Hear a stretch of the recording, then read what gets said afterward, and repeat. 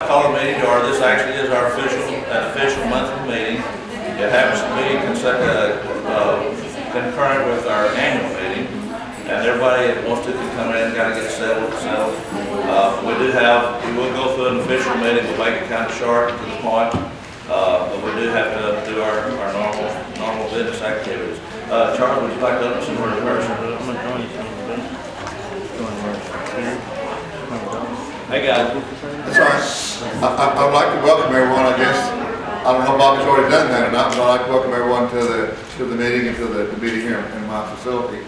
So before we start the meeting, I'll open us up with a prayer. So you'll be with me. Father, we just ask you to be with us just today as we come together as a group of people here in the Sachse area that's so interested in the history and the coming of our city of Sachse. Father, we just ask you to be with us today as we come in this meeting and the ideas and the things that we share together. We ask you to be with us in these thoughts in this time. As Father, we go through the meeting and the time here and for our historical society and the things we presented, it will be a blessing to the community that people can come and look and reflect what was the past for this city. We just ask you to be with these people that participate in this. We'll ask this in Jesus' name. Amen. Thank you, sir. And we appreciate Charles letting us use his chapel here. This is he and right on this one, 4 others, I believe, and it's always a blessing to have him. And he's one of our members too.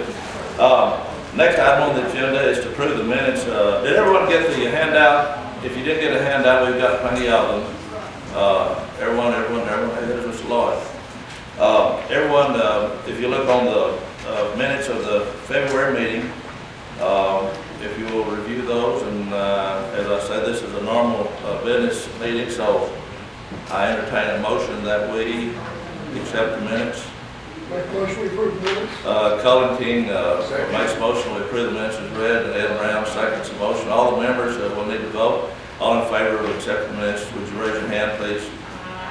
Anyone opposed? Okay, that passes unanimously. The next item on the agenda is our treasurer's report. We have a somewhat detailed treasurer's report, and Ms. Dinah Smith is our treasurer. She's trustworthy. She's not. She's got all the information here, and we do have a few little addendum items that we'd like to include on that.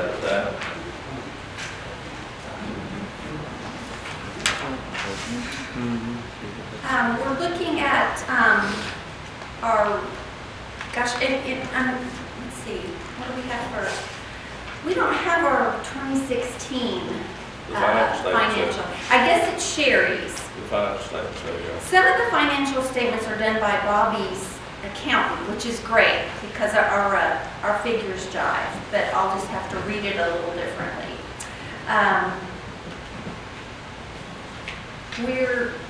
Last year was pretty simple.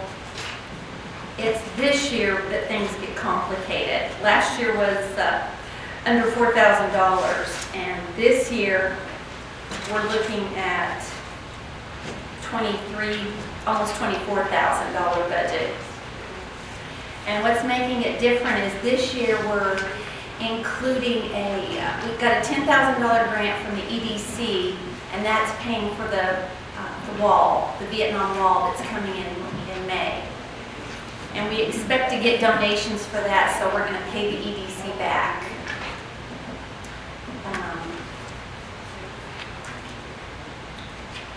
So I guess we're looking at, we need to approve 2017.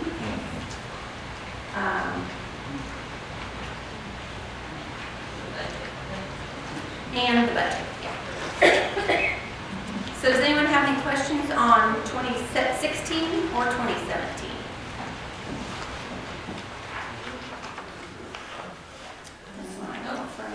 I'll make a motion to accept the 2017 budget. Okay, we got a motion by Cindy Mitchell to approve the 2017 budget, and a second by Trish Lindsay. Yes, sir. All right, I'll shut up and sit down. No, go ahead, I was going to ask, what happened to that old man that did this before you? You're doing such a great job. The old man before you, I think he's standing up right there. I better sit down. No, you did good, my friend. You did good, my friend. Well, the reason that I asked, and it wasn't because of any impropriety at all. It's good in a business to have, particularly a nonprofit organization have an outside accounting firm that's totally unrelated to the business to just do an annual, at least an annual financial statement. So that's what they did. Cindy, you're Diana, Cindy. Diana presented the financial information to Sherry Coops, and she does hundreds of these things. And that's where the actual financial statement came from. It came from the information we provided on the spreadsheet. So we've now approved our 2017 budget.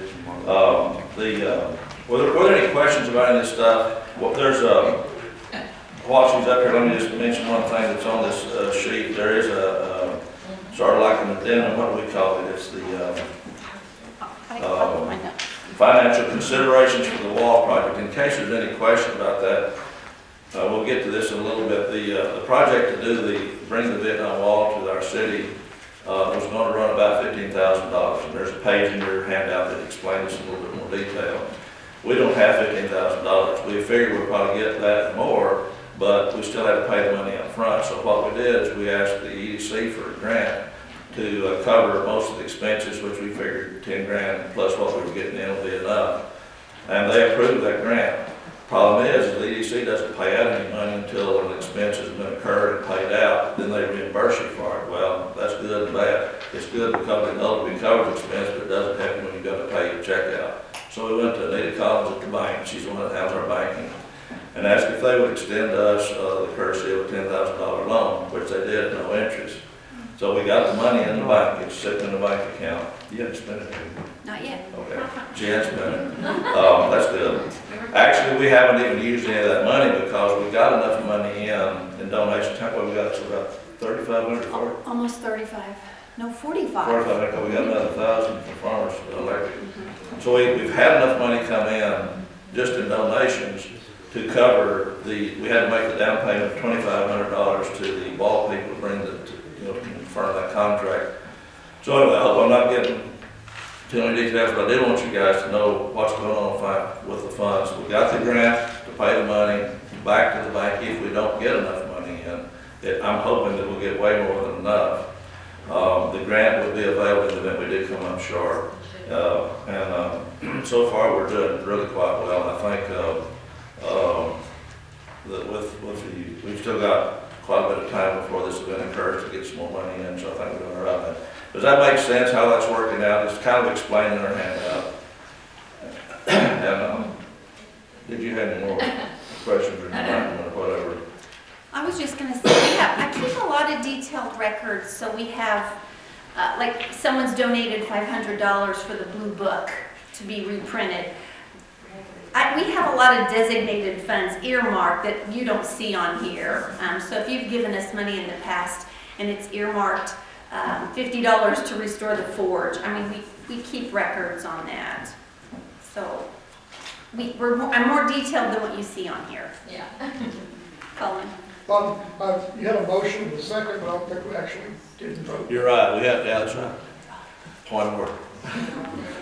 We had a motion and a second to approve the budget for the 2017 fiscal year. All in favor, please raise your hand. Any opposed? It passed unanimously. Thank you, Colin, appreciate that. And if you guys have any more questions about any of the financial stuff, past year or the current stuff, and particularly about the wall project, just give us a call. We don't mind to answer those questions. Yes, ma'am. Oh, they can email me. Oh, yeah, I can email Diana. The next item on the agenda is to approve the board of directors for this coming year. If you look in your handout, the approval of the list of the directors for this year is the same as the directors for this past year. That's me, Colin King. Colin, I guess everybody knows you. Can you raise your hand and say hi to something? He's our vice president. Cindy Mitchell. She is our secretary, which handles all of our, does a lot of stuff. And Donna Smith, who you just met, and she's our treasurer. So, and the board members are listed below, and we have lots of folks that aren't really listed as a board member that are still very active, and that's fine. You do not have to be an official board member. Miss Virginia is one of those that comes to mind. She's been active in this thing since almost day one. But anyway, we do need to take a vote. I need a motion and a second, and then we need to vote on the board of directors. So I entertain a motion that we accept the officer officers and the board of members for 2017 year. Do I hear a motion? Trish? I'll make a motion to accept the slate of officers for the 2017-2018 year. Okay, I have a motion, Ms. Trish Lindsay. And, what's that? As presented. As presented, yes. And who was it back there? Ed Brown seconded the motion. So all in favor, raise your right hand. Any opposed? Okay. Well, we're back in the office, we're officials. And we asked for a 10% raise this year, but of course, 10% times 0 is still. It says new members take charge, because sometimes there is a change of officers, and maybe this next year some of us will get tired and won't run again. But anyway, we appreciate the thought and the honor it is. It's really an honor to be part of this organization, particularly to be an officer, and so we thank you guys for that commendation. One of the things that we wanted to briefly go over is some of the things we did this last year, and for some reason, the guy that was printing these things up, I don't know who it was, he left out the sheet that had the accomplishments from last year. I think you're looking at him, but still he won't mention that to you. Now, I wrote it down on here, now I can't find that. Where did I put that? One of the things that we did, though, I really want to show you, let's see here. We've got, Check the front page on the book right there. those of you want to look, we've got, Trish, I think, is going to do this, and send some up. We got some really nice postcards that are available for, say, how much are they? $1. And they'll be here where you can look at these out front. I think, well, they've got some already out there, don't they? There's 4 right now. We were just kind of trying them out to see how they work. Here's the caboose, kind of our landmark. And we'll give you guys some of these here. We've got the Sachse house here. And people come, and this is old families here. So it's really kind of neat for people to come by and see the caboose. They want to take something a little memorabilia with them. They don't want to maybe spend a whole bunch of money, don't have it, but they can take a card.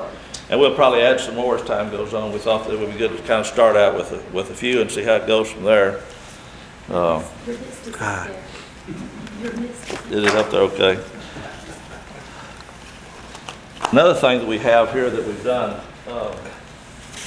is, Trish, you want to enlighten us on this? This was kind of, and Lloyd, where's Mr. Lloyd? He may not feel like, Lloyd is the guy that put this thing, that was instrumental in getting it going.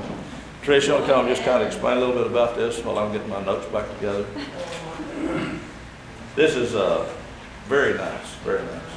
So this is another one of Lloyd's wonderful, we call it brainchilds. He's always got something rattling around in his head that needs to be taken care of, and this is a great example. So what we did was we looked through the records of the city and targeted properties that had been here for a specific length of time. We went through, took pictures of all the properties, and then pulled off as much information as we could get. We also included a couple things that we thought were just interesting or architecturally interesting homes. The one on, actually it's Miss Eichenberg's daughter's house over on Pleasant Valley. That house is in there because it's very unique. The house that is off the Pleasant Valley further, off in another neighborhood that has that kind of geometric golf ball looking roof. It's in here as well because it is unique. So this is not meant to be, something that is set in stone. We will revisit this project again and update it as the city grows and as some of these people make improvements to their homes. One of the houses in here was a little gray house. It has now been remodeled. It is beautiful. They did a fabulous job. It's brown, it's got pretty windows, and it's all landscape now. They've done a really great job with it. So it's just kind of a loose history of what's in town. It is for sale at the museum. I believe it is 25. So What's that book called? it is the Sachse Historical Society Landmark Survey of 2016. I think like $25. Yes. And Mr. Ed Brown back here was instrumental in getting this little And- booger printed yes, for us. and really worked a lot on the printing on this. It is a It's a great first class presentation. It's our first landmark survey. Good job. We have 3 other little publications that I'll mention. Some of you have seen them. This is actually online if you'd like to go to our website and look at it. It's a Sachse Historical Society looking back 25 years. This is written by Mr. Henderson, Lloyd Henderson. He was our city manager here for 14 years, I believe, wasn't it? And he knows more about the city than virtually everybody else combined. Then there are two books that are available for sale. This is one that was written about the early Saxon years. This is another book that was written kind of after this one to fairly current by Mr. Henderson. Very nice books. We offer them as a combined package here. And how much are they? 20? No deals today. No deals today? Then how much No, is no it? change. 20 each. $20. 20 each, okay. All right. Well, she drives a hard bargain, so I do my best, but she doesn't.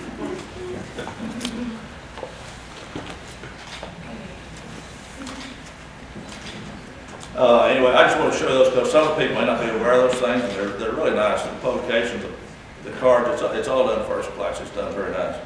One of the other things we've accomplished this past year is that Ed supplied us with a security system over here at the museum. The city owns the facility. We're given the responsibility for taking care of it. There's a lot of stuff in there. I mean, most of that stuff, if it's gone, it's gone. It's not, there's no duplicates of stuff available. So we wanted to make sure that it was as safe as we could have it. It's online, whether it can be monitored. So, and we thank Mr. Ed for handling that for us. We also, we're trying to get updated where we can have internet service over there. I called AT&T, Verizon, different utility providers. They would not service that building over there, charging about $300 a month. They said they couldn't run a line there, they couldn't run fiber, they couldn't run cable. So we had a bright idea. I thought, well, they've got service here. I do some work with Mr. Charles. He allowed us to put a, what you call it, a repeater, I guess. Basically, it's like a studio transmitter link between up here in the building and the Historical Society. It's basically just replace a piece of Cat 5 cable. And so Chance installed that and got us hooked up. So we've got Firehouse class internet service now at the Historical Society. And that is also allowed us to have a phone, voice over VoIP phone system. And they also donated a computer, upgraded our computer system. So that's been, and we appreciate all that work and money and expense. Another thing that one of our members of the county supplied us with insulation for the attic over there. The city, like I say, provides a facility, but we just have to maintain it and keep it up. And one day they, I don't know, was it you, I think, Zach, and some of them was putting the stuff in there, blowing it up in the attic, so it helped quite a bit as far as our utility expenses go. So anyway, that kind of gives you a summary of some of the events, the activities and things we've accomplished this past year. And it's all been done within the confines of our budget and with what people donated. So there's always things to do, things to fix, things to be done. So what we've got for next year, let's see, am I getting ahead of, no, okay, the goals for 2017, we've kind of shortened down our list of things, but we've got a couple of really major things. One of them we'll experience here a little bit because we're going to go over and open up the museum, what's that, caboose over here. It has a storied history. It's kind of interesting if you go online and read about it. It was brought here, Lloyd was instrumental when he was city manager, having it brought here and set in place. It was fixed up real nice, and for a period of time, a few years, it was actually the Chamber of Commerce office. Charlene Hopp, I remember when she worked over there for a number of years, or a few years. The SCORE people that have the consulting, that handle retired people that do accounting and consulting work to businesses, they operated over there for a while. Then when the chamber moved out, it kind of sat dormant for a while. It's beginning to kind of run down. But if you ask people where to go in Saxon, I was even talking to Charles a little bit ago, said, figure out where his funeral home is. I said, well, I'll go here and go here. Well, you know where this is? No. Well, you know where the caboose is? Oh, yeah, I know where the caboose is. You go to the caboose across the street. That's a funeral home. Go to the caboose, my daughter's daycare center, across the street over behind also. So it became a very important landmark here in our area. The city, how much? About $23,000 won it that they appropriated to restore the exterior of it, to paint it, clean it all up, repaint the logos on it, do a whole bunch of landscaping, new lighting. That's not finished yet, but it's finished to the level where it can be used. So one of our goals is for this year is to finish the interior and put it back in its original condition as much as we can. And we've got two gentlemen from the railroad that's going to be speaking about cabooses and railroads and all sorts of neat things. But one of our major goals this year is to get the caboose. We'll be able to open it for people to see, like on, I guess what we're gonna do on like if they let us know that we can let them in. It's not gonna be open just for people to show up and bop through there. But we'll have it available, people can look at it and see it, and as we get further into the year, we hope to have, more of the interior of it restored back to its original condition. One of the other things that we are working on is our facility at the museum. When we finish here, we're gonna go do the dedication at the caboose, then we're all invited to the museum for treats and goodies and to look over the place. At the museum, the posts that are around the exterior wooden, and they have begun to deteriorate significantly. So we have located some composite posts, I think Ed found those, that would last for 50 years, 100 years, or whatever. That's one of our goals because it is a significant project, cost-wise. It's a major project to do, particularly the gazebo out there. The gazebo, it just looks nice. It's a real sharp place, but it's really got some problems with mostly just related to that, so that's one thing. The biggest project we've got for this year is if you look toward the back of the brochure, and I think that Jim brought some brochures to hand out, is the Vietnam. We had a bright idea of inviting the Vietnam War Memorial to come to town. And I have never seen it. I think our son Brian, you went over to Fort Worth and saw the one that's there several years ago. It's, and I remember vividly, those of us that are old and wore out can remember the 60s and the 70s and the Vietnam War era. It was, I was not in the war. Some of our parents were. Some of the guys here were in the service, but the Vietnam situation was just not a pleasant time under any circumstances. And the guys that came back were basically spit on and degraded to the point it was humiliating. Well, people have kind of come around on that. They've begun to, thankfully they have, and to honor those folks. And of course, as everybody knows, years ago, the Vietnam War Memorial was put up in Washington to honor these people, the ones that gave their lives. There is a group that has made a half-scale model of that, and they tour the country with it. When it was in Garland in 2009, we were told there was like 10,000 people that came by to see it. We had no idea if 10 people would show up or 100,000 would show up here, but we're doing our best to make it turn out to be a good event. We investigated the opportunity to get it. I asked Jim Mathis to head up the committee to make sure that it all runs smooth and to be the spokesman for it. In combination with the city, we had to enlist the help of the city because it's a pretty good size. We need a place to put it, so it's going to be down at the City Hall complex, right between the library and the fences. Just a perfect location there for it, plenty of room. Thing's about 250 foot long, I believe. Even half scale, it's not a little bitty. And it needs to be secured. It needs to be in a place that's appropriate, that looks nice, which it will be, and secured and easily accessible. And we're working with the Nevada Military Museum to bring some military vehicles to set up outside. It would kind of be an eye catcher. But anyway, the Vietnam War Memorial, that's what I was talking about earlier, the financial stuff. It's not it's not like hundreds of thousands of dollars, but for a company that has a budget of less than $5,000, normally a $15,000, $20,000 budget is a significant amount. So that's the reason we went through the processes we did of securing some financial backing on it. And we're asking for anyone that wants to make a donation. On our website, Sachse Historical Society.com, or whichever one, it all goes the same place. There is the donation location. You can make a donation. You can make 50 cents, $1, $100, $1,000. We've had, we've gotten three donations of $1,000, and we've got some individuals and some businesses. But what we're hoping to do toward right before the event is to publish a list, and we're going to have these on our website too, the people that donate, not the amount of money necessarily, because if little Johnny out here at Cub Scout wants to donate 2 cents or $2 or $5, we want him to feel honored in that, because 5-10 years down the road, he might look back and say, I got to bring that to our city. And we're hoping that that'll be a positive event. My son here is working with the motorcycle group to do an escort. They're going to be escorting the memorial when it enters our city. And that's just right down the motorcycle guys' alley. I mean, they love to do stuff like that, and it's an honor to them to be part of it, and it's an honor to them to have an escort. Our police department, well, it starts at Richardson, I think, doesn't it? Where they're gonna be. It comes from the lab, where they're staying once they get into town. They're not setting up in Richardson, but they'll be escorted from there to here, so we're gonna try to make that a big event. We're gonna publicize it in the media. Hopefully it'll, you know, encourage people to come see it.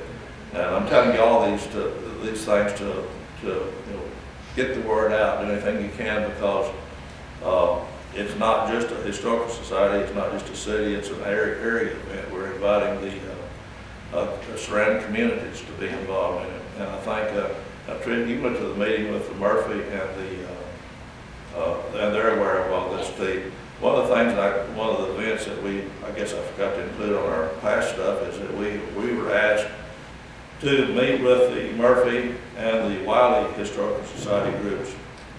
They were kind of surprised that we have this many people involved, and I said, well, yeah, we got some good folks here in Sachse. You ought to hear the way people pronounce our city. When you go out and you tell them, you spell it for them, I always spell it and ask them, kind of wait, see how they pronounce it. Interesting. Sachse. But they are on board as far as helping us, and then we kind of help them with some of the events that they have. But we want this to be, this could really be a premier event for our city. The red, white, and blue blast draws thousands of people now. It has really become something. And this year, the city has contracted with the same group, I don't know what their name is, that does the Kaboom Town, Pyrotechnics people? I don't know what it doesn't really make any difference, but they do Kaboom Town, they do like 400 and something of these things around the country. And they're synchronizing the lighting, the pyrotechnics of music and stuff. And from what I have seen their stuff in the past, what we've had here is as good as I've seen. What they're going to do is even better. So we've got several events in our city. We're trying to kind of build on this stuff. So this will be one of the major events. The Fall Fest, the Red, White, and Blue Blast. I'm hoping that this will be a really exciting time for our city. Anyway, that kind of gives you an idea of what we're planning on this year. And those of you that are part of our group, we love you. We appreciate your help. Anybody that you know of that would like to join, it costs a whole $20 to join this organization for a whole year.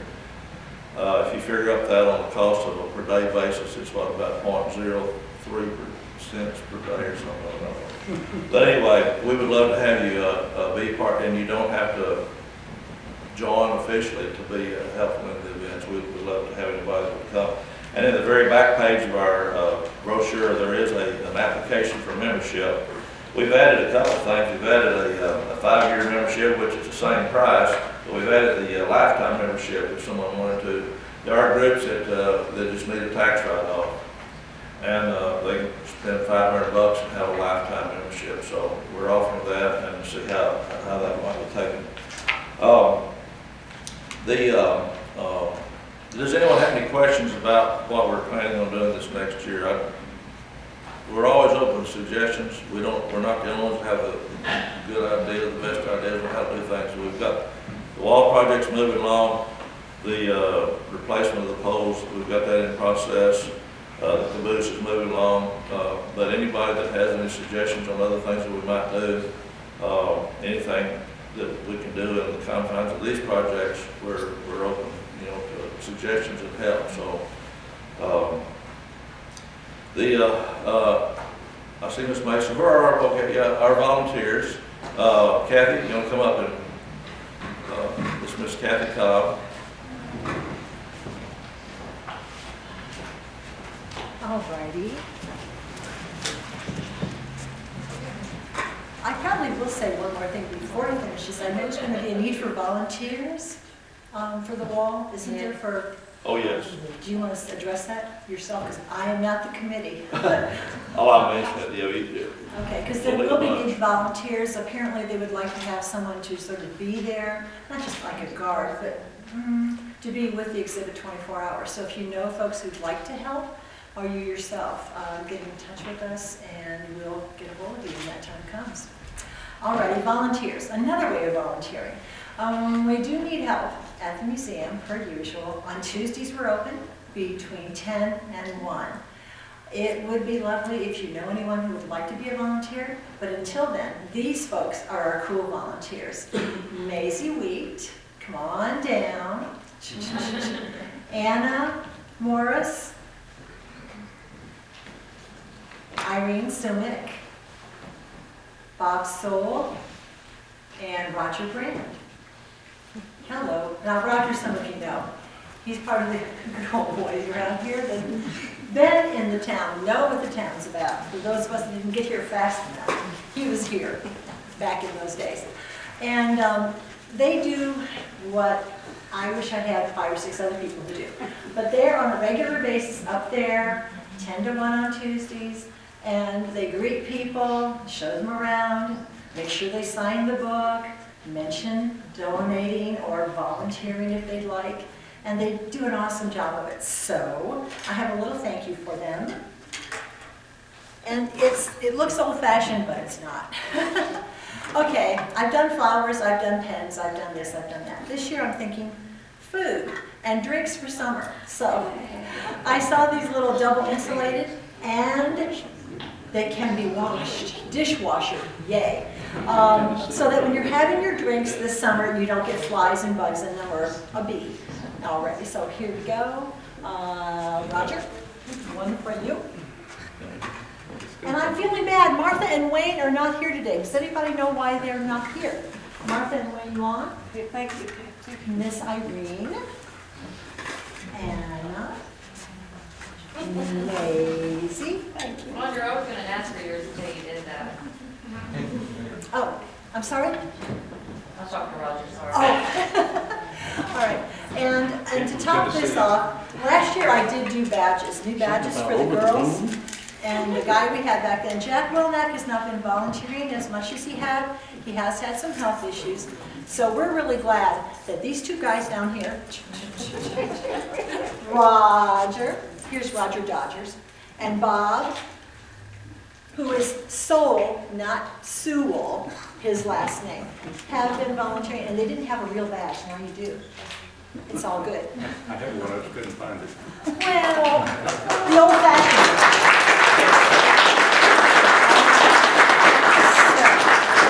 That's the end of that. On to the next part of the program. Thank you, guys. Okay, thank you, Kathy. You know what? I just wish I had more of these hugs to give. That would be great. All right. Yeah, we always need volunteers, and we appreciate the work they do, because it's kind of fun to come out and visit people. Sometimes there's a whole bunch of people, sometimes you sit there all day, there's not many, but lately we've had quite a few people come to the museum. And when you get to go there and look, you can look at the sign-in sheet. I know last year we had, in 2016, we had another one of the Sewell Sachse family from Australia come up. And we got to visit with he and his wife, and his wife, and the kids, and I guess it's one child, yeah. And then the year before that, we had another Sachse family from Australia. I think they knew each other, but they didn't live close to each other. And but anyway, we had a gentleman come from Spain. He was in the area. He did work for an extruding company out in for a company an international company that worked for contractor for an extruder in Wiley. He said in his time off he'd just go around and visit museums. So he happened to be out here one afternoon when I dropped by, and so we got to visit with him. So you never know who you might meet. You get to meet some really interesting people sometimes. But anyway, I do appreciate the volunteers, and as Kathy mentioned about the wall thing, we will be getting a lot of volunteers. The city, we're coordinating that with the city. We have, I saw an email from a group that has offered to do the nighttime security, and that may be in conjunction with the motorcycle folks. We will be coordinating that with the police department for sure, because they're going to be directing some surveillance cameras over. It's right by the police department, which is really kind of handy. Police and fire department. So, but we do need volunteers, because it'll be a 4-day event. It'll start on, they'll be here on Thursday, it'll be open Friday, Saturday, Sunday, and Monday. So 4 days, it's got to be monitored physically with people there all those days. And that, will take a significant amount of work. Does anybody have any questions about anything so far? I talk a lot, sometimes I get busy talking and lose track of what's really needs to be said, but we've kind of, yes, ma'am? I will say about the volunteers, I'm heading up the volunteers spreadsheet, the timesheet. So any volunteers, they need to come and email me or you, and you forward it to me, or Jim, and forward it to me. Just make sure that I've got them on my list, so that we don't have everybody there at one time and then nobody there. You know, we have to have it, we are required to have it covered 24/7, or 24/5, I guess I'd say, because it's here for 5 days. Yeah, 24/5. we're required to have someone there with it the whole time. It cannot be like. Right, and we'll probably post a schedule on the website so everybody knows when they're supposed to be there, kind of keep it coordinated. Yeah, thank you, Cindy. Yeah, we haven't confirmed a person we will have a Memorial Day event. The city always has a Memorial Day event, and this year we're going to have it on Memorial Day. That's one of the reasons for we were not planning on having this until in November on Veterans Day, but they had someone, I guess the contract didn't work out for this particular year, so they called Jim and said, hey, we are available on Memorial Day. And what better day to have the Vietnam Memorial than on Memorial Day? And it's on Monday, we will have a special speaker and a special event, so we'll keep everybody appraised of that as best we can.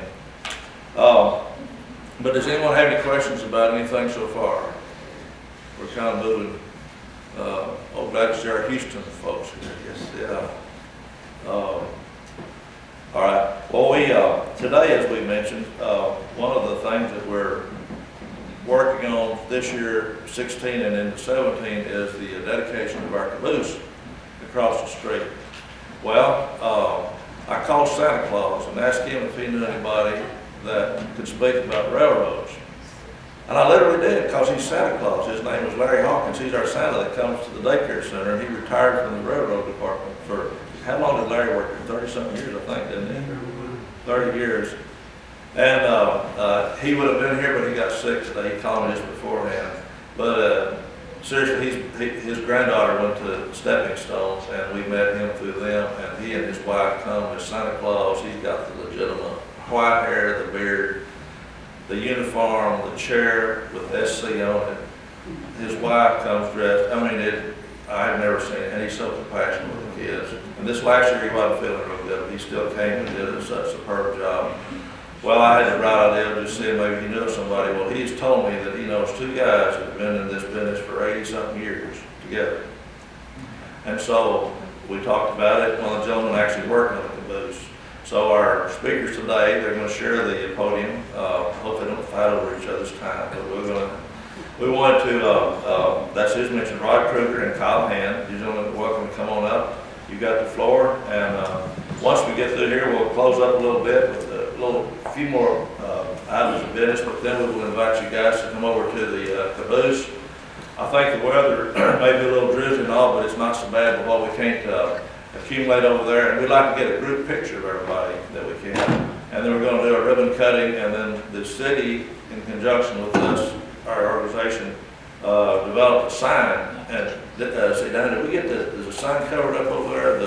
Okay, she's got it on top. We're going to unveil the sign, and Miss Patty's going to take pictures of all this stuff with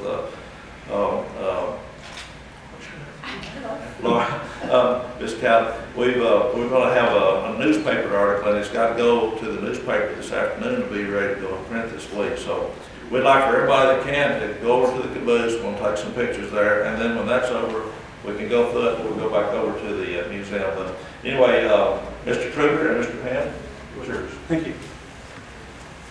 All right, first of all,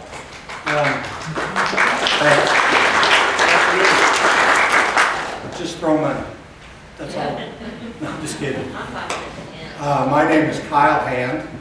I retired from the BNSF Railroad in April of 2016 with 38 years of railroad service. I'm a second generation railroader. I've held positions, Texas, of course, Montana, South Dakota, Wyoming, Nebraska, Arizona, and California. I think that's awesome. I grew up in a depot, 10 feet from the railroad tracks. Most of the most of the depots back in those days had living quarters. My father was the agent at that particular station, so we lived right next door to where Dad worked, so it was difficult for him to call in sick. But I live in Lake Worth right now. I'm married, been married for 36 years. Have 2 daughters. One is a lawyer, one works for a dentist, and I have 5 grandkids, from 13 down to 3. And the 3-year-old lives with me, and it drives me crazy. But he's Grandpa's boy, so that's all right. Go ahead. Hi, good afternoon. Over 41 years with Burlington Northern Santa Fe, I did a lot of different things, so I had to stop and write them down so I wouldn't forget them. So I'm originally from Sheridan, Wyoming, where I grew up. I went to work for the former Burlington Northern Railroad in 1971, 2 weeks after I graduated from high school. I'm a 3rd generation railroader. My father was a conductor, my grandfather was a carman.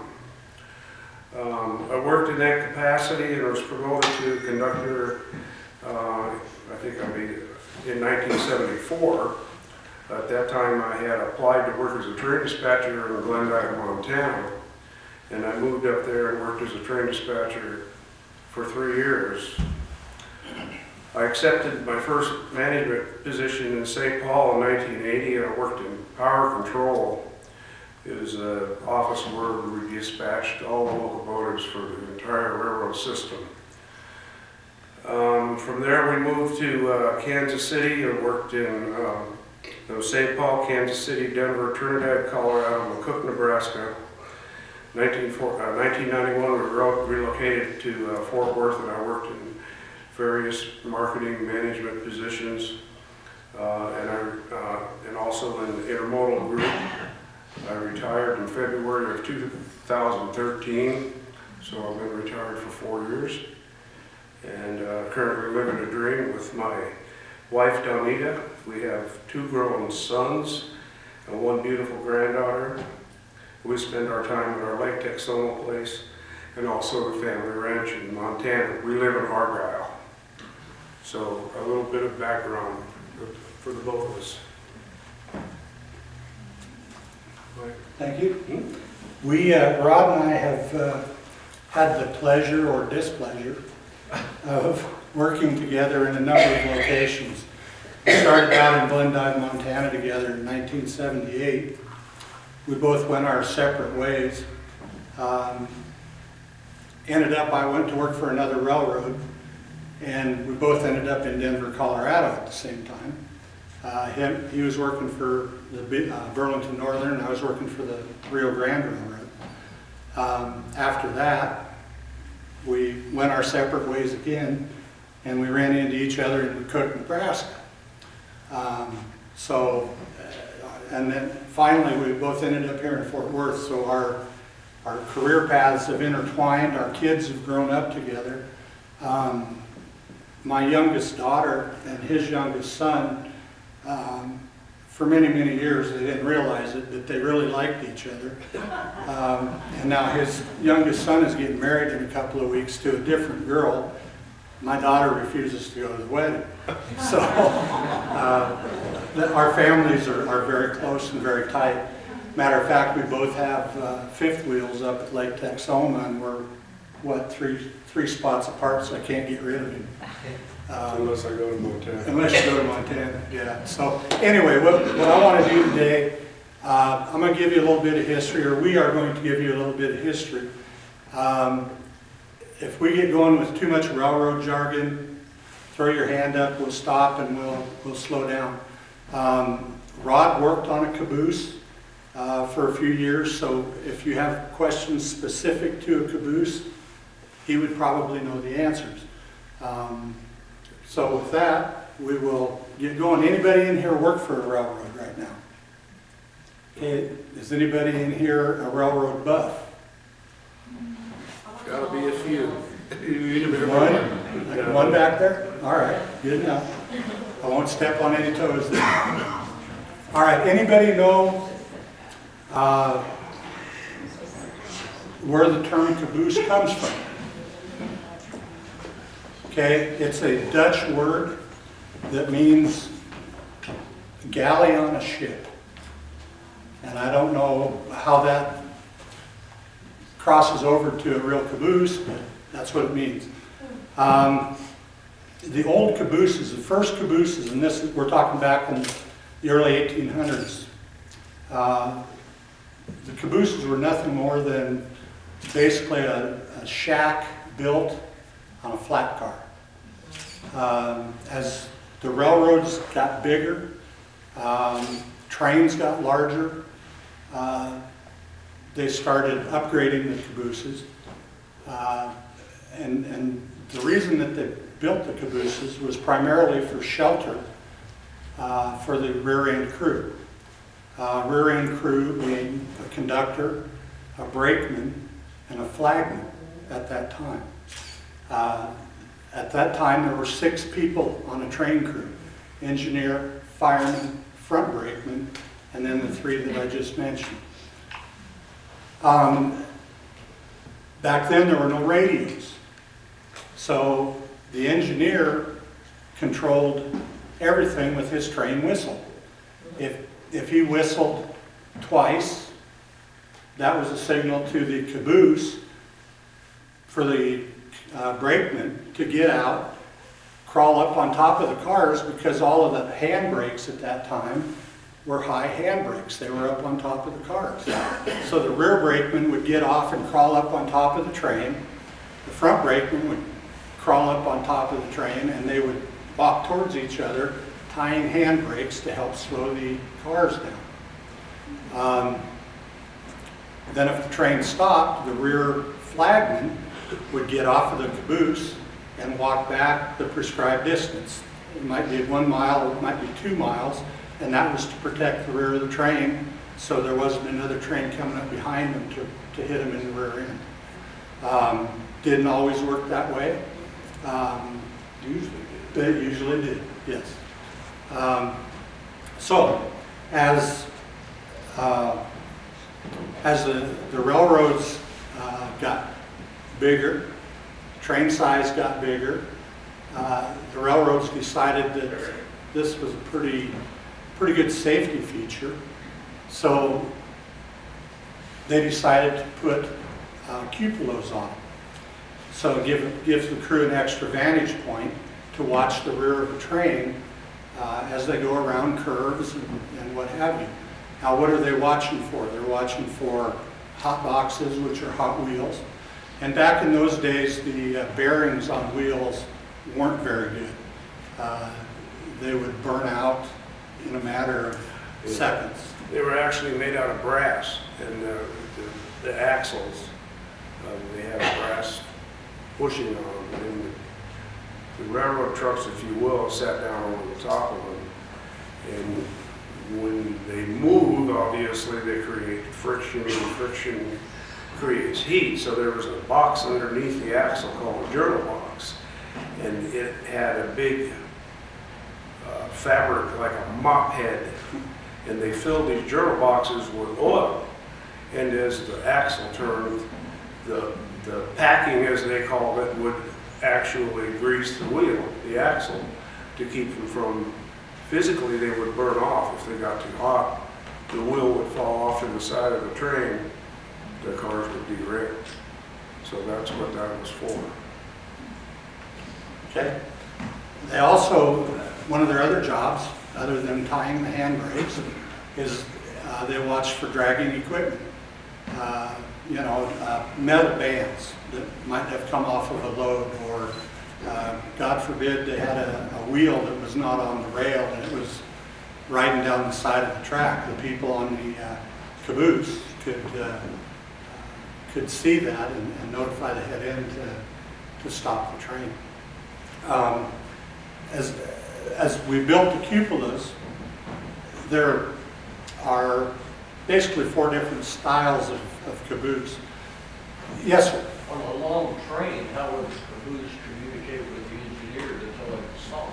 Back then, trains weren't that long. I mean, they might be 30 cars. You got to remember, back in the day, most trains were passenger service, and they might throw a couple of cattle cars on there behind the baggage cars to move them. And then as trains started getting longer, they started hauling more freight, and they had to get the caboose on there to help watch the rear of the train. They also communicated with hand signals. As far as you could see, you can only see a hand signal so far, a half a mile maybe, if you have, for example, a white flag or something.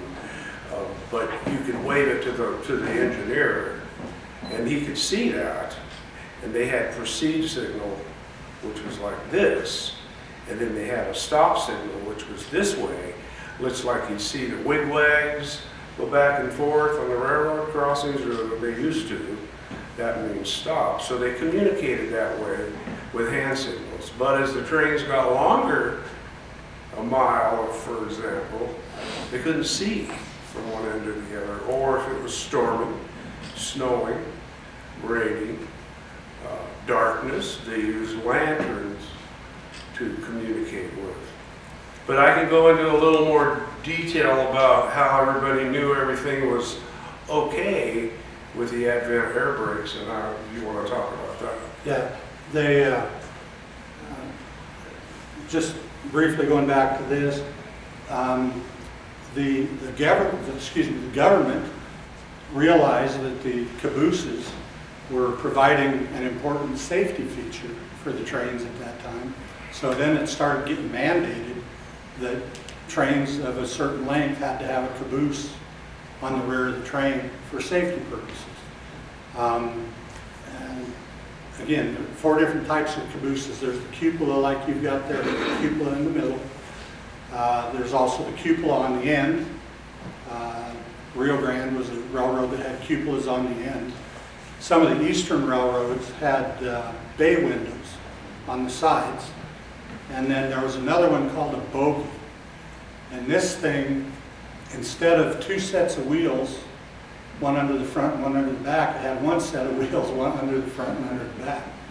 And they finally outlawed those because they rode, as you can imagine, going down the railroad tracks with, just the 2 wheels. It got pretty crazy back there. One other thing that riding in a caboose, and Rod can vouch for this, it's a pretty rough ride.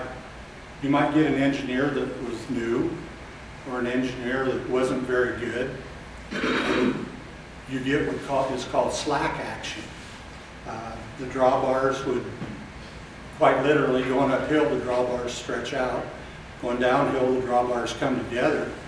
And depending on the size of the train, those guys in the caboose flying all over the place back there. So the reason, if you try to imagine this, the reason that there's slack in the railroad cars, and you've all sat at a railroad crossing, and you've heard a train start, and you can hear, like from a dead start, you can hear the banging and the stretching out of the drawbars as it goes by you, and then to the end it moves. Each one of those cars has got somewhere between 6 and 8 inches of slack in it, and it moves in and out. If you can imagine trying to pull a 14,000-ton train, or without, with a drawbar on a tractor, for example, 14,000 tons, you can't move it. You start spinning. So there was slack action was built within the car, so the first car could move, the next one could move, and then so on, and that's how they move and maintain speed. But while they're moving, if you're going uphill, the slack runs down and the train's stretched. If you're going down a descending grade, the slack runs in and bunches in the middle of the train. It's always running back and forth, and that's what he's talking about, the slack action. all right. Also, somewhere in the mid to late 1800s and the early 1900s, cabooses were assigned to conductors. Mr. Krieger here may have had a caboose assigned to him, and it was nobody else's but his. So he would get on the train at, as my phone said today, get on the train at Sach and ride up north to where the crews changed. And they would pull in the yard and pull that caboose off and pull another caboose on. Well, the town up the road would be his away from home terminal. So the entire time that caboose is sitting at that away from home terminal, that's his home away from home. Today we have company beaneries or motels that we put our crews up in. So the cabooses are just random when they are used.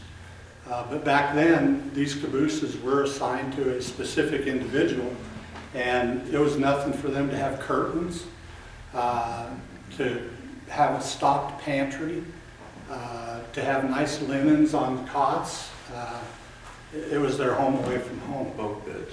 Bunk beds, yeah. So that lasted for a while, and then again, you know, railroads started running more transcontinental trains to where it wasn't feasible to stop everywhere and cut a caboose off and put another caboose on. So through all of this process, the cabooses are non-revenue. So as with any big industry, if you're going to make money from it, why should we put money into it? So the cabooses were probably the last railroad cars that got updated. Cabooses were made out of wood for many, many years, actually up until 1950s, 1960s. And they started making them out of steel for the most part. Burlington Northern, the Santa Fe, and their predecessors pretty much were a steel frame with a plywood outer shell for many, many years.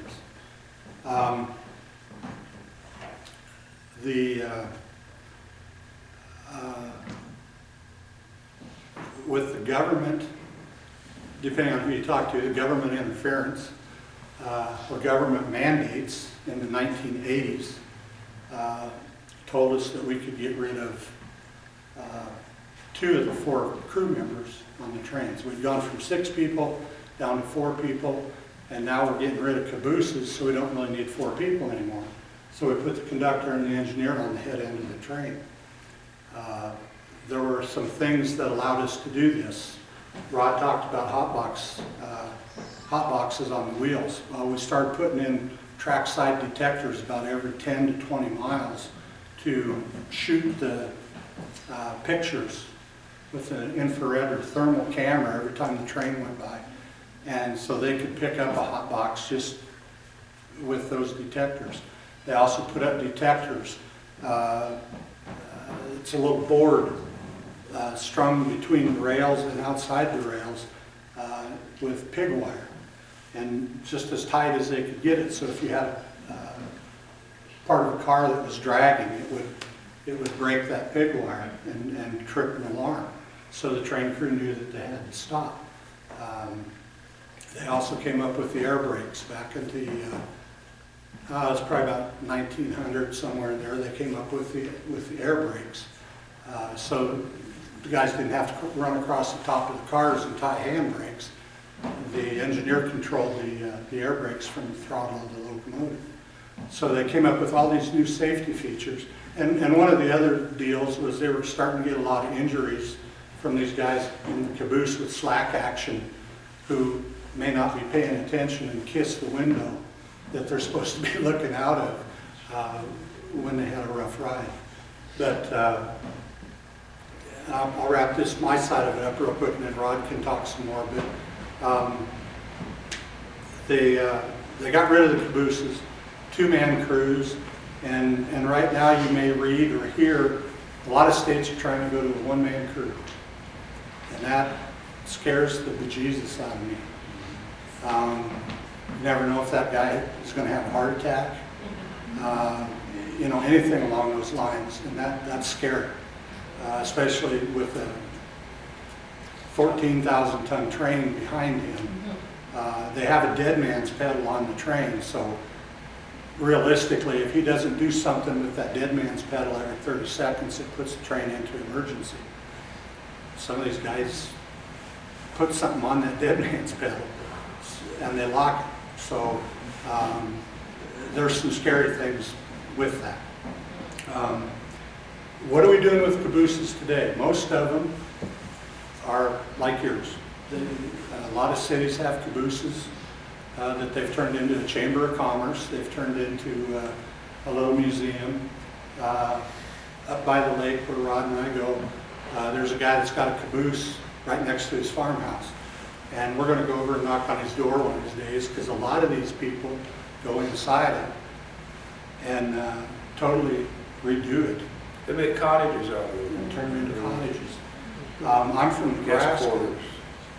Yeah, I'm from Nebraska, and a lot of the state parks in Nebraska have gotten a bunch of old cabooses and turned them into cottages and stuff like that that you can rent for the weekend. They put like 3 bedrooms into them. They've got a kitchen, bedroom, bathroom, and they're really nice.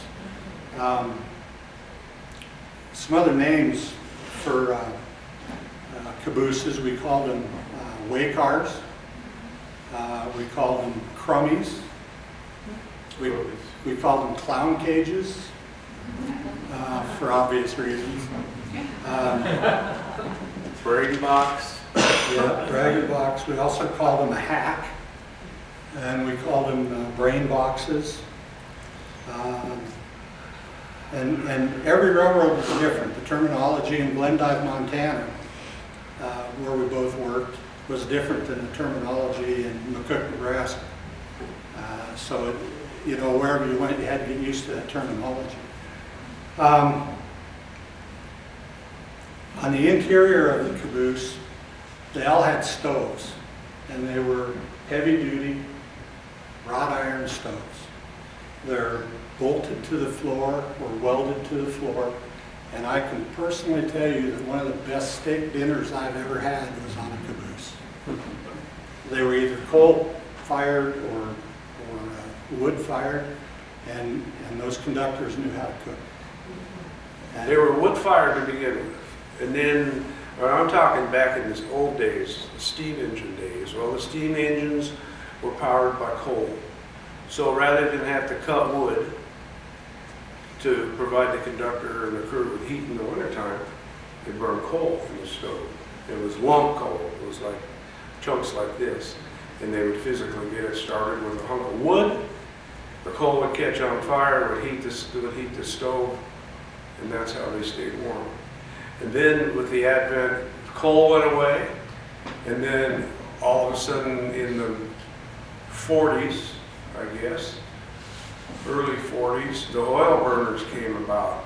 So the tenders that were behind the steam engine in those days, rather than hold coal to use in the firebox, they were converted to tanks, and they used diesel fuel oil, and that's how they powered the fire, the steam, to generate the locomotive. So, and then they put the oil stoves in the caboose also, and they were equipped with a water tank on the inside. And typically, it was located above the stove, and it was just gravity feed water. They had a toilet, and there was a sink in there, and you opened up the valve.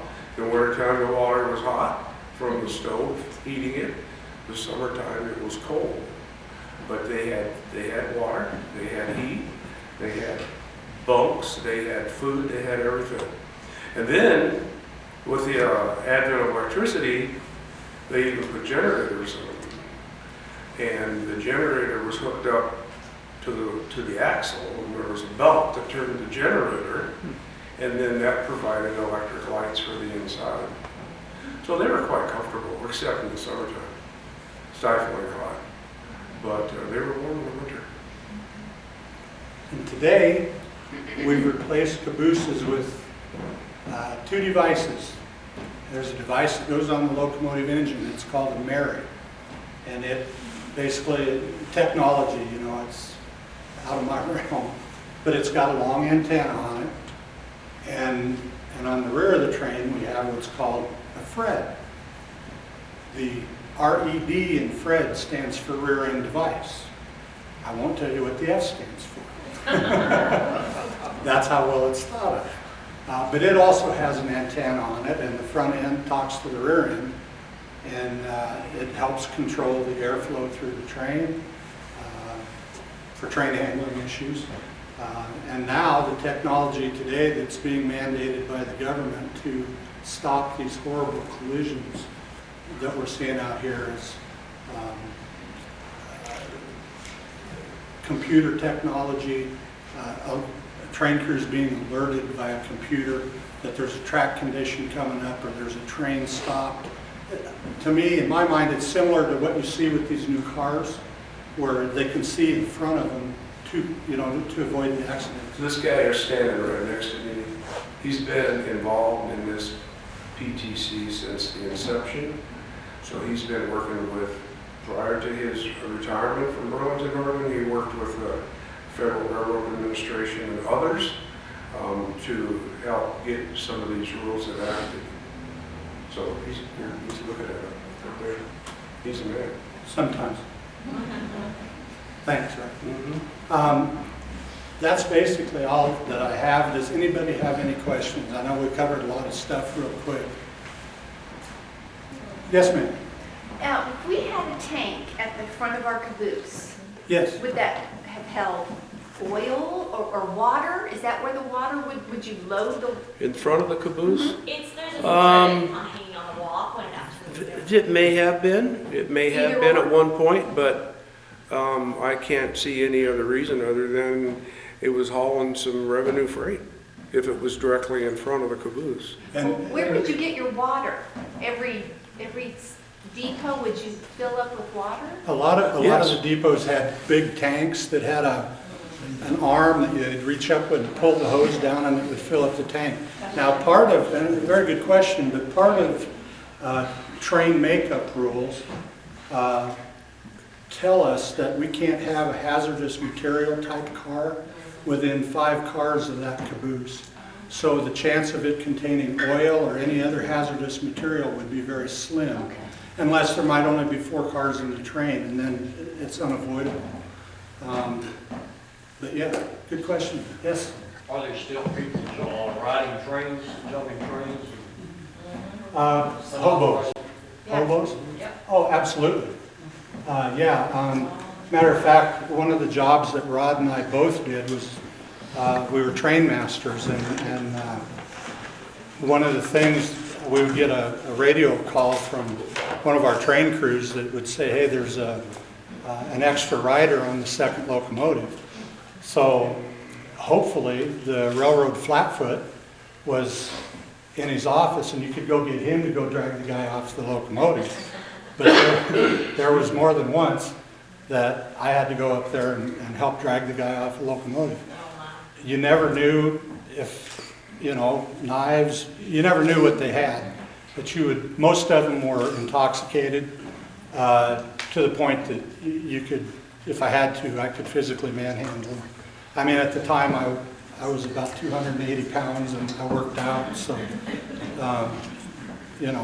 if I didn't scare him and tell him to get the heck off my locomotive, then it didn't bother me to throw him off. Y'all are going to go over there with us, right, so you can answer some questions Sure, for us over yeah, here? we plan on it.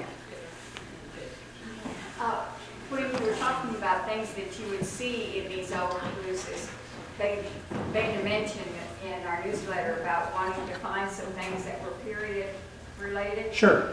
Just off the top of your heads, what might we be looking for that you've seen in these over the years? Well, most of them, We've seen that, or good question. Most of them had desks,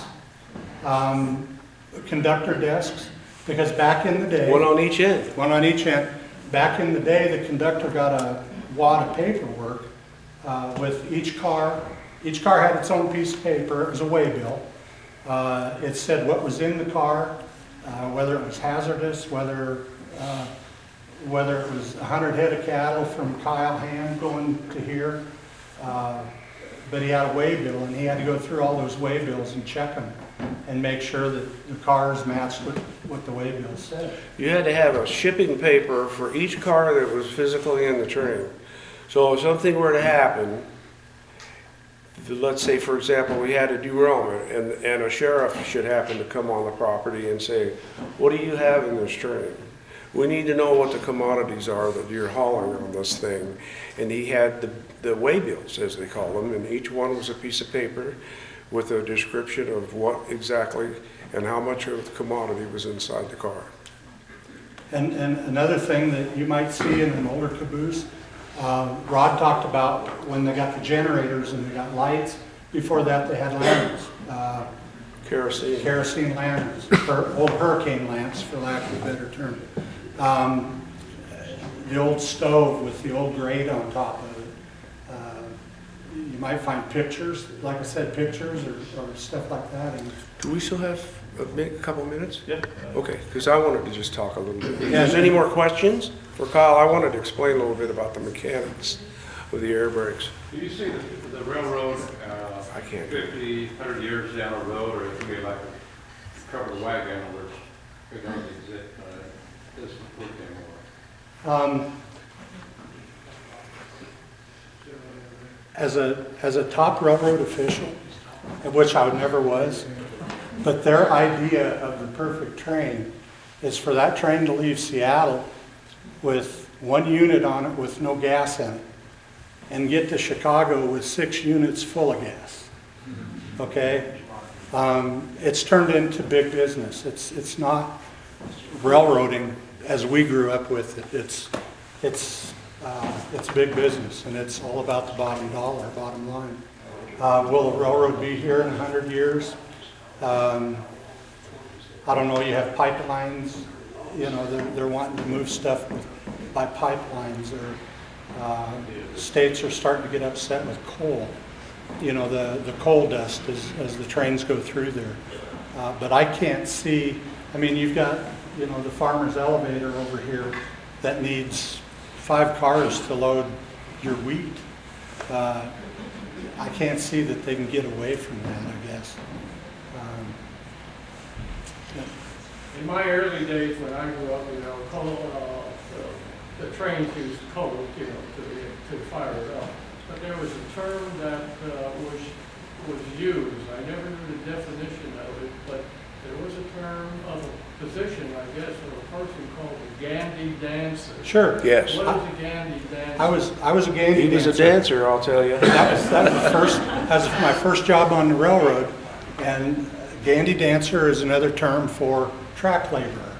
So that's the guy that's out there that, again, as a railroad, we've gotten rid of most Gandy dancers, and most of our track crews now are 1 truck driver and 1 laborer. So they're doing so much of that labor with the crane in the back of the truck. But basically, the Gandy dancer is the one that's out there swinging the spike maul to pound in the spikes into the rail. He's digging up ties. He's anything that has to do with the track. That was a Gandy dancer. And I was proud to be one. So yeah, yes sir. There's a railroading thing, railroading Alaska?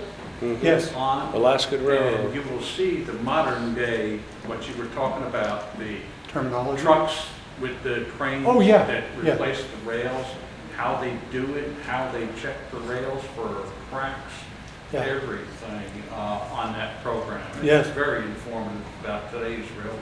Yeah, the one thing that I learned on the Alaska Railroad show that one day, they had what they call a snake. They were changing out a broken rail, and it was 20 below, and they pulled out this long black coil of nastiness and put it down there because the rail was like that far apart. And as you know, when it gets The cold, break in steel the rail goes that like he's talking this. about, there was a gap this far. Yeah, and in the summertime, the rail goes like this and causes sun kinks, but that's another story.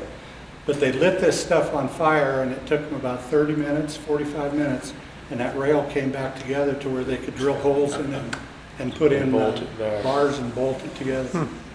Yeah, pretty neat stuff. You start understanding about weather conditions and how it affects steel, metal. Pretty neat. Matter of fact, you see these trains go by, we call them continuous welded rail trains. They're a quarter-mile long, and it's just one piece of rail. It's a quarter-mile long. And over the years, we've figured out that if we have to put them in between certain temperatures, or we start having all kinds of problems. They break in the winter, and we get sun kinks in the summer. So a lot of technology goes into it. Yes, back there, Oh, Cindy? my husband's on national road, but anyhow. Don't worry.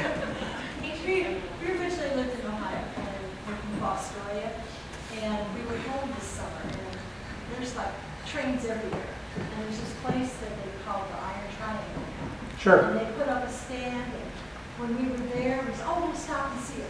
And here there was a group, now, how many guys were there? 11 or 12.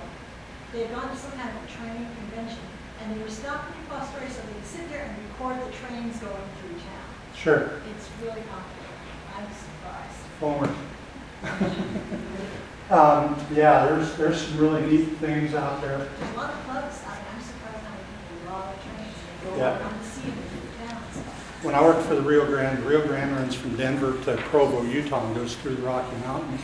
We'd be out in the middle of nowhere. I mean, you haven't seen people for 20 miles, and all of a sudden you come around a curve and there's 5 guys out there with their cameras. And you know there's not a road for 5 miles, so they've hiked in there with their cameras. They want to take pictures, you know. A lot of crazy things.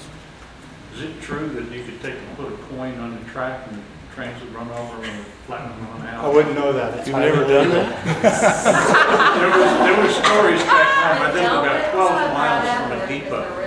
And some of the local kids used to tell us about, they'd put a coin on the Yeah. track and the train would come along and flatten it. Then you'd have to go find it because it would go flying. Yes, sir. Wheels went over it. Absolutely. Now, they have a machine at Cabela's that'll do that. Yeah, That was a nice design on, yeah. Yeah, we don't degrade ours. Is there maximum length today on the train in certain areas? We Here or out west? Absolutely, that's a good question.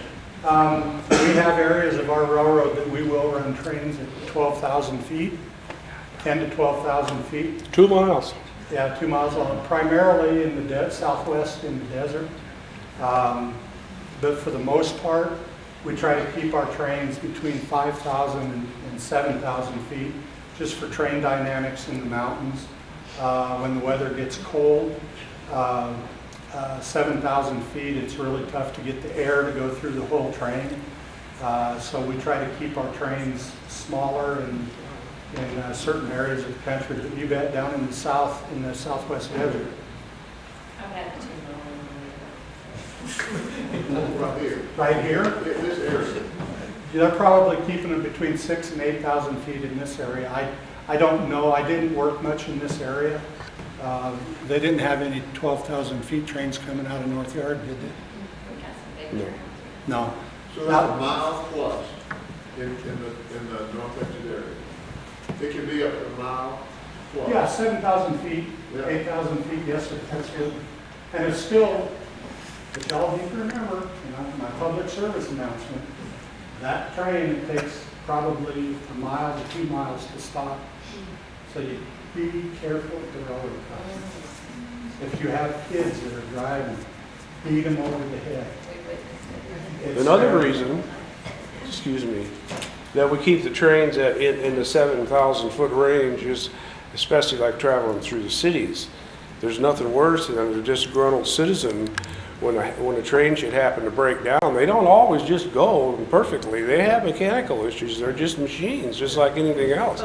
And when they stop, you're going to have a whole city tied up, and there's nothing you can do until it gets fixed. One of my jobs, I had a cop come up and put me in handcuffs because the train was blocking the crossing for more than 5 minutes. And he came and put me in handcuffs. I said, what the heck are you doing? I almost got arrested in Gillette, Wyoming because I had a train blocking the crossing, and the conductor wanted to write me a ticket for blocking the crossing. 7,000 foot train, how many cars, and what is the take-up slack? You're talking 5-6 inches each car? Yeah. And it depends. You'll be taking. Yeah, because tank cars have what we call cushion drawbars that Could be as much as 150 to 200 feet in the train altogether. Could be right at that. Is there a speed limit on how fast a train can go? Absolutely. We have zone-specific speeds, and we also have train-specific speeds depending on what type of materials are in the train, what types of cars are on the train. Amtrak usually has the highest speed, and most of them in this area of the country, the fastest they can go is 80 miles an hour. Whereas your freight trains, like the intermodal trains that you see running around, most of them are 70, and then you go down from there. Yes, ma'am.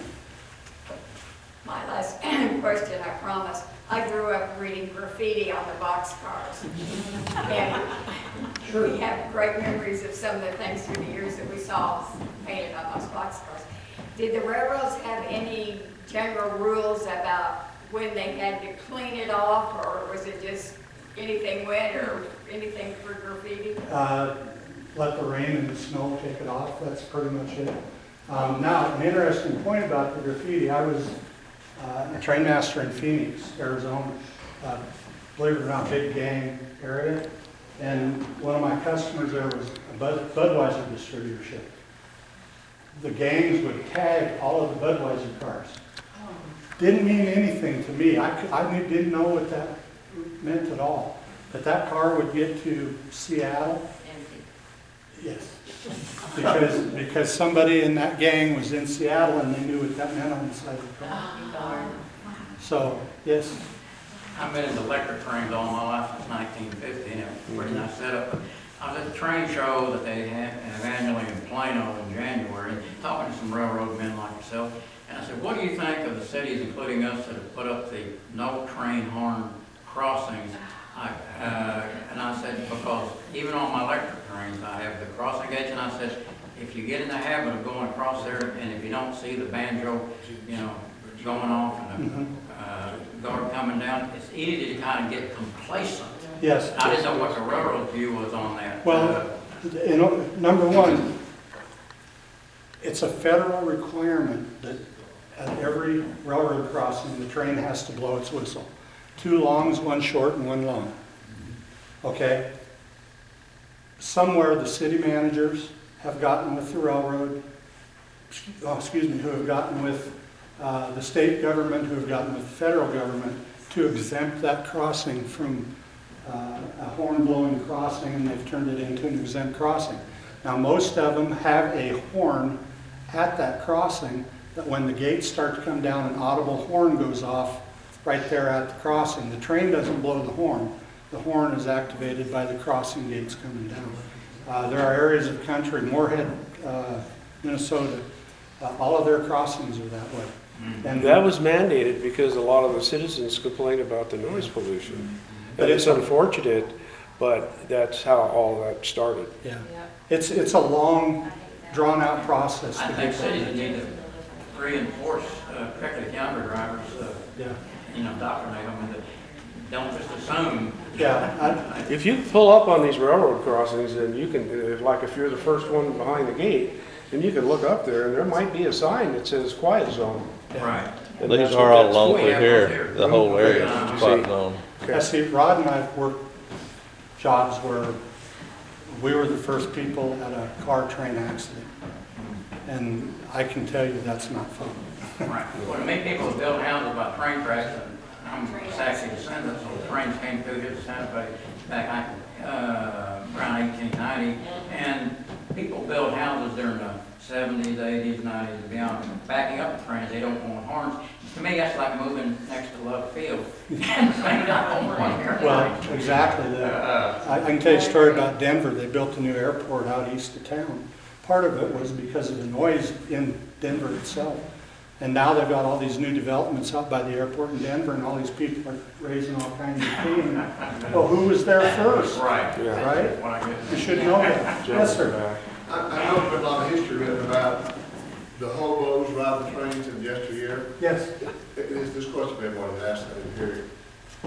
Does this still happen some today? oh, absolutely, yeah. And do the engineers, whoever, is it a problem, you have to check all the cars, or does this just happen and y'all just The, let it go, or what? usually that is left to the railroad detective.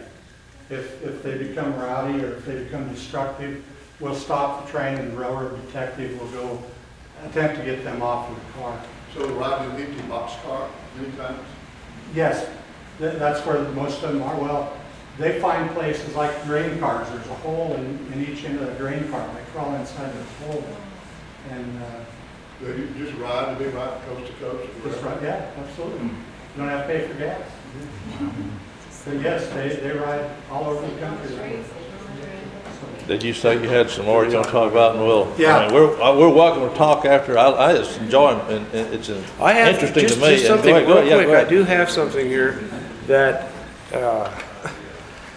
this is actually caboose related, and I've been carrying this thing for 35 years, and I don't know what to do with it. So I've decided what this is actually it's a marker that goes on the back end, the tail end of a caboose, and it hangs on the side of the caboose. And for example, actually this one, and there's a mount, and I'm going to look for. I haven't seen the caboose, but I'm going to look and see if there's a mount on the side of it. And the conductor would hang this on the mount outside on the platform of the caboose, and as an approaching train from the rear end could see this thing, and there's a red flag, which means stop. And then the green side is the way it looked when they were coming this direction against the train instead of this green, so it's okay to go. So what I've decided to do is to donate this to your caboose, and if you don't have a hanger, if you don't have your hanger on that thing to put this on, I'm sure there's one of you gentlemen that's enterprising enough to be able to build one where you can hang it up right there, okay? So, here you go. This is from Burlington Northern Railroad Company. That's real honest to goodness. And before we disperse, I want to thank you on behalf of Rod and I for inviting us. I really had a lot of fun. So thank you very much. Yes, sir. On these quiet crossings, is there like a battery backup there where the power goes off? Yes. It's just like the crossing gates. If the battery goes out, the crossing gates may or may not work. And there's a little, at every crossing, there's a little bungalow, right? And if that light on the side of the bungalow is not illuminated, then call that number on the side of the bungalow. Let's get your picture with us. Okay. And we'll wrap it up and go over and check it all out. I'll be on this. Yeah, I want to see it. All right. Gentlemen, thank you very much. Thank you, we enjoyed it. Obviously, it Thank was, you very much.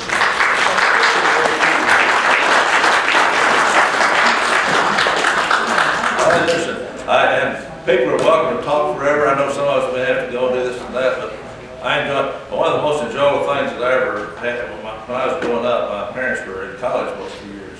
And we would, I lived in Crane, which there was no train. We'd go to Alpine, which was a train going through there. And every night at 8 o'clock, my mom and dad would take me to Whataburger and get a Whataburger. Then we'd go to the train and watch the trains come through. The passenger train that came through at 8 o'clock every night. I guess we'd go to Whataburger before. We wound up there at 8 o'clock.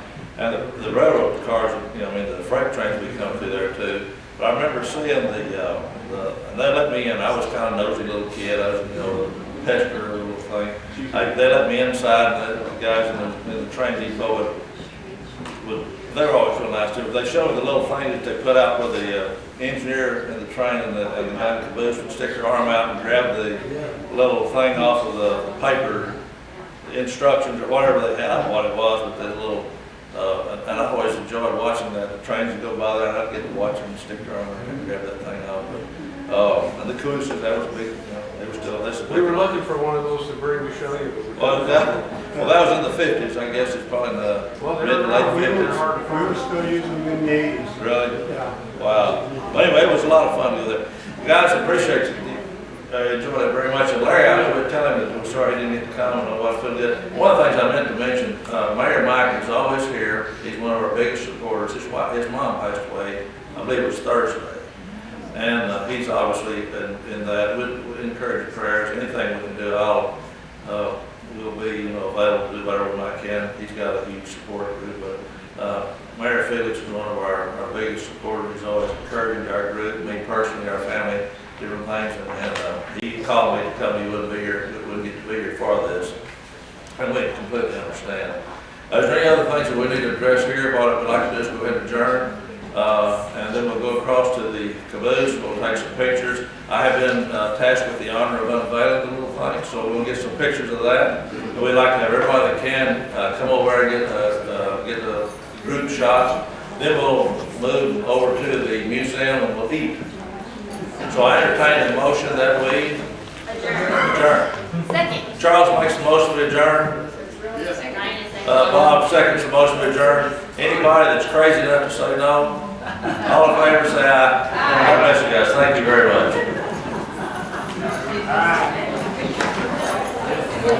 Hey, I've got this other